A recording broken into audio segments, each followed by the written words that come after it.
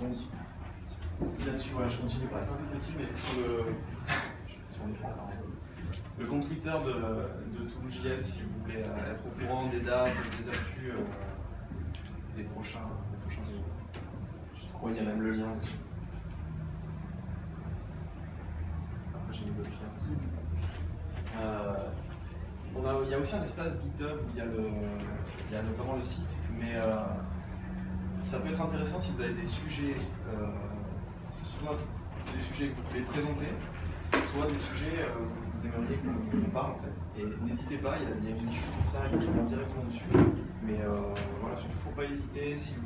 C'est assez ouvert en fait, hein, donc même si vous avez un petit talk de 10 minutes ou quelque chose comme ça, vraiment, il ne faut pas hésiter parce que ça peut être intéressant et les gens sont plutôt gentils. Je m'appelle Maxime Varnier, voilà, je suis sur Twitter aussi. Ce soir, on va parler, donc on a deux présentations. La première par Adrien Lalot qui va nous présenter JSPM et System.js, qui permet de gérer les modules. Et on va aussi parler programmation réactive avec Pierre Martin. Et pour commencer, j'avais fait la proposition sur Twitter, il y a eu des retours plutôt positifs, donc je vais parler une dizaine de minutes, on va faire un petit coup de veille par rapport à ce qui s'est passé au niveau de JavaScript depuis le mois dernier en fait. Pareil, n'hésitez pas à prendre la parole parce que c'est pas forcément exhaustif. Moi j'ai pris vraiment ce que je considère être les gros changements, notamment au niveau des outils. Donc on a déjà eu NPM3 qui est sorti, j'en ai parlé la dernière fois. Mais peut-être la semaine d'après ou 2 semaines plus tard, il est sorti en version stable. On en est déjà à la version 3.3.9. Alors, je ne vais pas refaire la présentation sur NPM. Je l'ai testé personnellement. J'ai mis oui, mais. Parce que, en fait, je pense que pour l'instant, il mérite encore d'être amélioré. Ils ont changé pas mal de choses, notamment la gestion de l'arborescence au niveau de l'installation des paquets. Ils ont, au lieu d'avoir une arborescence très complexe, où chaque paquet installe ses propres dépendances sans faire attention par rapport aux dépendances des autres, ce qui pouvait amener à avoir du doublon. Là, en fait, NPM gère les dépendances entre les modules. C'est-à-dire que si, par exemple, vous avez un paquet qui a besoin, imaginons, je sais pas, de moment JS, mais d'une version 1, je vais dire n'importe quoi sur les versions, mais imaginons on a un paquet qui dépend de moment JS1, un autre qui dépend de moment JS2, puis en fait encore un autre qui dépend de moment JS1, au lieu de télécharger 2 fois moment JS1 et 1 fois moment JS2. En fait, il va télécharger une fois moment JS1 et juste moment JS2. Après, dans l'idée, ça réduit le volume qu'on a dans l'installation de ces mêmes modules, mais du coup, il est hyper chargé. Donc, il y en a qui apprécieront quand ils travaillent ceux qui travaillent sur Windows apprécieront, mais ceux qui travaillent sur Linux peut-être un peu moins. Oui, mais parce que niveau performance, on perd par rapport à NPM2. Il y a eu une belle amélioration sur la version 3.3.6 qui est sortie il n'y a pas très longtemps, qui était liée à underscore, de performance underscore. Mais c'est encore, ça marche quand même pas mal, hein. Mais au niveau performance, c'est quand même un peu plus lent que NPM2. Donc là-dessus, il y a des programmes à voir, à suivre. Et oui, mais parce que sur des compilations qui sont faites par rapport au module Node.js, alors je ne sais pas si ça vous parle, ça fait des compilations en fait qui sont quand il y a des paquets qui dépendent du système, il y a des choses qui sont recompilées. Moi j'ai des soucis avec NPM3 que je n'ai pas eu avec NPM2. Et c'est ce qui m'a fait retourner sur NPM2, sachant que, je vais enchaîner avec ça, Node 4 qui est sorti du coup dans la foulée, n'intègre pas NPM3 mais intègre toujours NPM2. Donc, après c'est intéressant de le tester, c'est très facile de passer sur NPM3, NPM2, il suffit de faire npm install-g, puisque NPM s'auto-installe en fait, puisque c'est un paquet, en spécifiant la version 3 ou 2, ou Next, ou la dernière version, et ça permet de switcher, de tester assez facilement.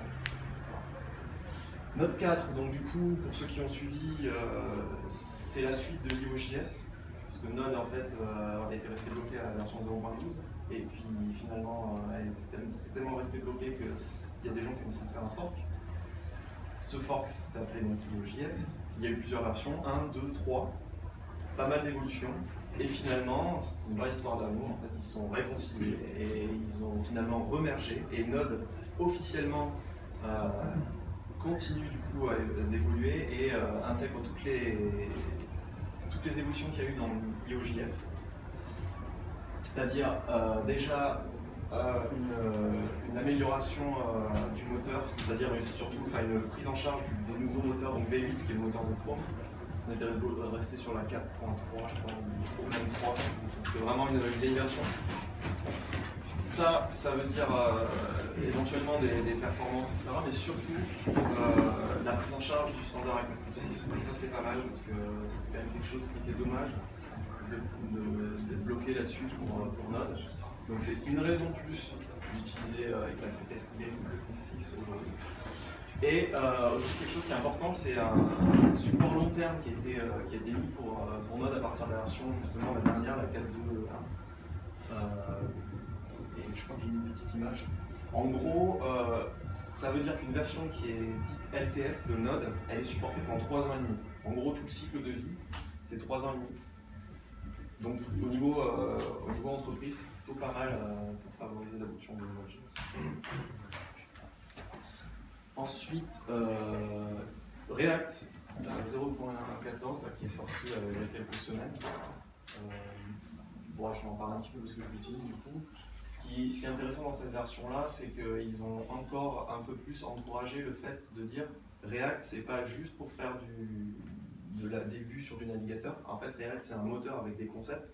Et on se sert de React pour faire de l'affichage soit sur du DOM, soit de React Native, donc pour faire du mobile. Il y a aussi React A, React Canva. Et en fait, c'est vraiment séparer les couches. Donc il y a une abstraction, c'est le React qui va générer un DOM virtuel, en quelque sorte. Et après, les couches de sortie, c'est le render en fait. Et React DOM, c'est pour le navigateur et les autres. Donc c'est un pas en avant aussi sur le côté JavaScript universel, côté serveur, côté client, avoir le même code, le partager. Et il y a aussi une accélération sur. Après, les détails sont sur la release, mais des composants qui sont en fait sans état et qui sont très fonctionnels, c'est-à-dire en fait des composants unitaires très simples qui sont juste une fonction. Et je pense qu'on va peut-être en reparler tout à l'heure quand on parlera de programmation réactive. Mais c'est vraiment depuis que je travaille comme ça avec des fonctions dites pures, très simples, très unitaires, ça me simplifie mon travail énormément. Et en fait, ce qui est intéressant avec React, c'est qu'ils vont de plus en plus dans ce sens-là au niveau de la syntaxe.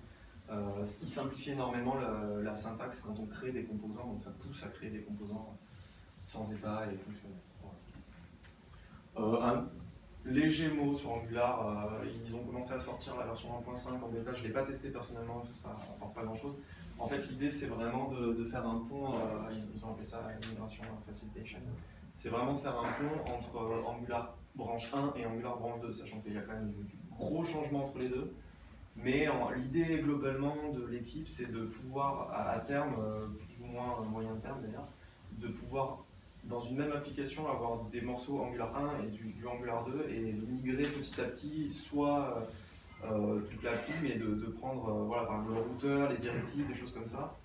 En fait, on pourra avoir dans une même application du Angular 1 et du Angular 2 pour faciliter la migration pour ceux qui le souhaitent.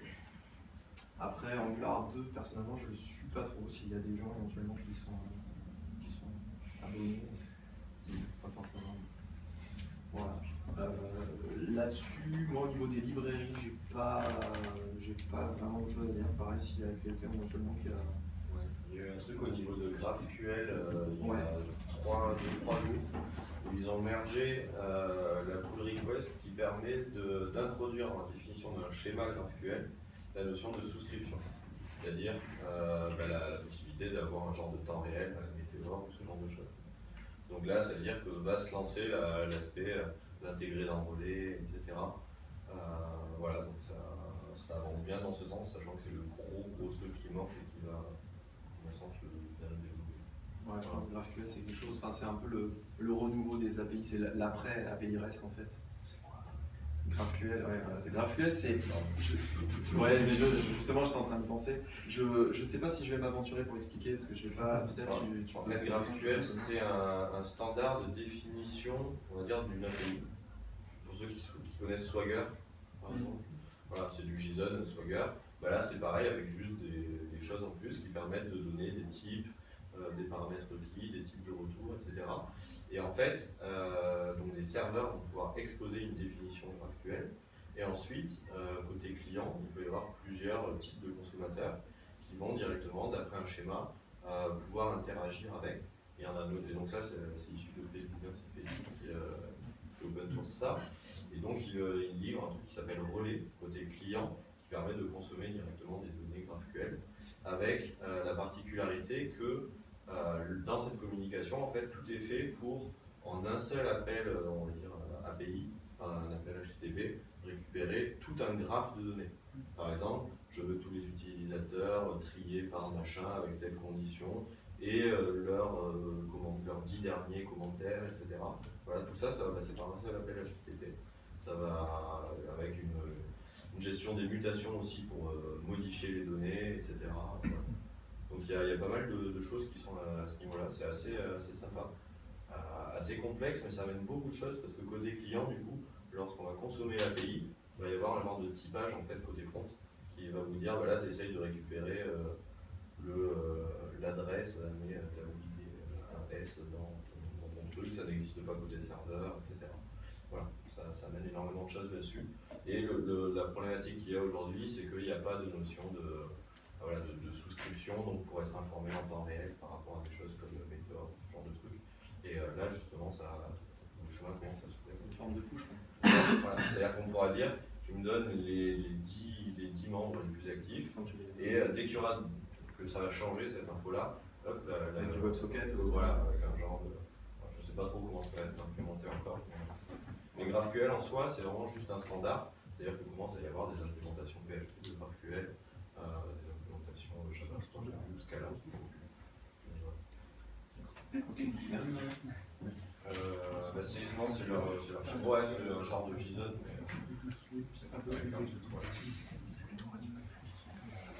Ok, mais je pense que ça mériterait une présentation pour approfondir le sujet, parce que c'est quelque chose qui arrive en gros. Netflix aussi, ils ont une API, un système un peu similaire. Enfin, c'est assez intéressant. Chez Netflix, il y a Filecore, mais qui est beaucoup plus. C'est autre chose. Beaucoup moins puissant, mais beaucoup plus simple. Et ça tourne. Il y a un W3C aussi qui est un graphe qui s'appelle Hydra, qui est ensuite JSON HD, qui est un peu dans cet esprit, enfin pas exactement pareil, mais dans cet esprit où on donne des métadonnées par rapport à une API, donc du coup on a des clients plus intelligents. Oui, c'est ça, en fait, finalement le serveur devient vraiment juste un fournisseur de données. En fait. Alors qu'aujourd'hui, il y a encore une fois des logiques et partagées. C'est ce qu'on avait déjà avec les WSDL il y a 10 ans. C'est ça. On est juste en train d'inventer. Mais comme on fait systématiquement, non, mais peut-être plus simple. On va sortir du sujet, mais non, parce que c'est plus dynamique en fait. Ces trucs-là, c'était pour faire la génération de code, alors que là, c'est avoir du code qui va réagir dynamiquement à ce que propose une API. Mais tu vois, c'est un peu comme la différence entre typage statique et dynamique. C'est aussi le code qu'on utilise côté client qui permet ça, parce que JavaScript c'est dynamique, donc dynamiquement on peut produire l'API qui va bien. Alors qu'avant on était sur de la génération du client statique, donc il nous fallait un générateur pour générer notre code Java ou notre code. Enfin, je pense que c'est le même principe, quoi. On décrit quels sont les services fournis par nos services REST. C'était l'objectif du évolution pour ça. C'est le même. On a perdu qui a quand même une. Et aujourd'hui on se rend compte que c'est un peu le bordel en fait. Ouais, on va avancer, mais c'est vrai que ça mériterait. Moi, je vais quelque chose. Rentrer dans le détail et dans le débat, clairement. Pour continuer au niveau des évolutions sur le navigateur, il y a eu Firefox 41 et 42, il y a 43 qui sont arrivés. Il y a eu pas mal de choses. Un truc incroyable qui est arrivé, c'est qu'on peut faire view source et ça ouvre dans un onglet. C'est novateur, ça fait 10 ans qu'il y a. Je l'ai noté parce que c'est un ticket qui a été ouvert il y a quasiment 10 ans en fait. Je trouve ça assez rigolo. Après, au niveau des fonctionnalités, pouvoir prendre une capture d'écran du DOM, c'est-à-dire on est sur un élément, on l'inspecte, on fait clic droit, capture élément du DOM, en gros c'est ça. Ça peut être intéressant, et je crois que c'est pas dans Chrome pour une fois. Sinon, globalement, il y a une amélioration de performance au niveau du ROSTyle, enfin sur du CSS. Possibilité d'extraire du HAR sur les requêtes réseau. Ça permet de faire la requête HR. En gros, c'est un énorme objet JSON qui représente l'état d'une requête réseau. ça permet de rejouer éventuellement des scénarios. Donc voilà, sur Chrome, ça y est. Du debug Wi-Fi, ça peut être intéressant quand on travaille sur des smartphones par exemple. Une amélioration de performance sur Flexbox, mais là-dessus, moi je travaille beaucoup avec Flexbox sur une appli assez complexe au niveau layout, et en fait Firefox, il y a un gros bug actuellement sur Flexbox, donc il y a des améliorations sur ces releases-là, mais il y a encore par rapport à Chrome, il y a encore des problèmes de perf sur Flexbox. Donc globalement, tout le monde dit qu'il faut y aller sur Flexbox. Moi, je vous dirais aussi d'y aller sur Flexbox, mais attention sur certains trucs, notamment quand il y a des boîtes imbriquées assez d'une profondeur assez forte. Dès qu'on est sur un positionnement absolu, typiquement, j'ai plein de boîtes imbriquées, puis j'ai une bulle, une infobulle, donc que je positionne en absolu. Bah en fait, normalement, absolu, ça redessine juste l'endroit, quoi, parce que c'est sorti du flux CSS. Quand on est sur Chrome, ça marche très bien. Quand on est sur Firefox, en fait, non seulement il va redessiner toutes les boîtes qu'il y a autour et tout le contenu, mais en plus de ça, il double le temps de calcul à chaque fois. Donc voilà. Ils augmentent aussi leur sécurité sur le mode privé, le mode navigation privée, donc ça peut être intéressant, surtout vu les dernières nouveautés en termes de failles sur Flash Player. Là, ça n'a pas à voir avec mode privé. Ouais, la faille sur Flash. Je me demande ce que c'était Flash. Flash, ouais, en fait, ça serait bien d'oublier, je pense, à terme. Parce que ouais, récemment, je l'ai rajouté juste avant, mais voilà, ça c'est en vrac ce qui s'est passé. Il y a eu une grosse faille qui a été relevée récemment, donc je pense que ça va pousser un peu plus l'adoption du standard HTML5 et JavaScript pour la plupart des applications. Voilà. C'est quoi la faille? La faille, je ne pourrais pas l'expliquer, mais je n'ai pas lu en détail honnêtement. Oui, on aura une autre demain, mais visiblement c'est quelque chose d'assez critique qui a amené pas mal de constructeurs, d'éditeurs à faire des corrections rapides. Parce que ça pouvait, en fait, c'est prise en main du poste à distance, des choses comme ça, plantage du navigateur ou prise en main, enfin voilà, c'était une faille assez critique. Après, je mettrai les liens, je ne l'ai pas mis encore, sauf sur le C de Nadia Semaine. Mais je mettrai, je ne me suis pas trompé, j'espère. Je mettrai les liens si ça vous intéresse. En vrac, ce que j'ai noté qui est intéressant, c'est que les specs d'ECMAScript elles sont passées sur GitHub. Et ça, c'est plutôt pas mal parce que ça permet. Avant, c'était un peu la misère, il y a toujours la mailing list pour participer, voir les évolutions, etc. Mais disons d'avoir sur GitHub, ça permet de faire des issues, de faire des forks, de proposer des choses et de voir plus simplement aussi ce qui se passe au niveau du standard. Et ils ont aussi complètement revu leur méthode de navigation de la spec. Alors pour ceux que ça intéresse d'aller voir dans la spec, c'est plus sympa. Et aujourd'hui, il y a quelqu'un qui a forqué, qui a pull requesté quelque chose et qui a fait un mode de recherche a priori ultra rapide dans la spec. Voilà, c'est assez sympa d'avoir poussé cette spec là sur GitHub pour surtout s'ils veulent tenir une release par an, ce qui n'était pas trop le cas actuellement, voilà. Puisqu'ils sont partis à chaque release 2015-2016, on verra. Il y a une conférence que Nadia Semaine a donnée en septembre sur les DevTools de Chrome. C'est toujours sympa, je crois que l'année dernière on avait fait une, enfin il fait un peu tous les ans un point. C'est toujours sympa de voir ce qu'on peut faire. En fait, je pense que Chrome c'est le navigateur avec les DevTools les plus poussés. Même si au niveau Microsoft ils sont en train de faire des trucs très sympas avec Edge, etc. Mais voilà, c'est toujours sympa de savoir ce qu'on peut faire avec les DevTools parce qu'on ne s'en rend pas forcément compte. Et de ce qui arrive aussi dans les versions Canary, etc. Ça c'est un détail, mais peut-être qu'il y a son importance, c'est l'HTTP2 qui est déjà dans Nginx mais qui est aussi dans Apache. Et je pense qu'il va y avoir une révision complète des bonnes pratiques de développement web avec l'arrivée d'HTTP2. Donc voilà, petit tour de veille si vous avez éventuellement d'autres choses à rajouter. Ouais, il y a Angular Connect, ils ont présenté Ionic 2. Ouais. Si vous faites des mobiles, les briques, regardez. Il y a des infos sur le blog de Machina Corpus entre autres en français, et puis sinon il y a des bonnes vidéos sur Angular Connect, tout se retransmise déjà en ligne.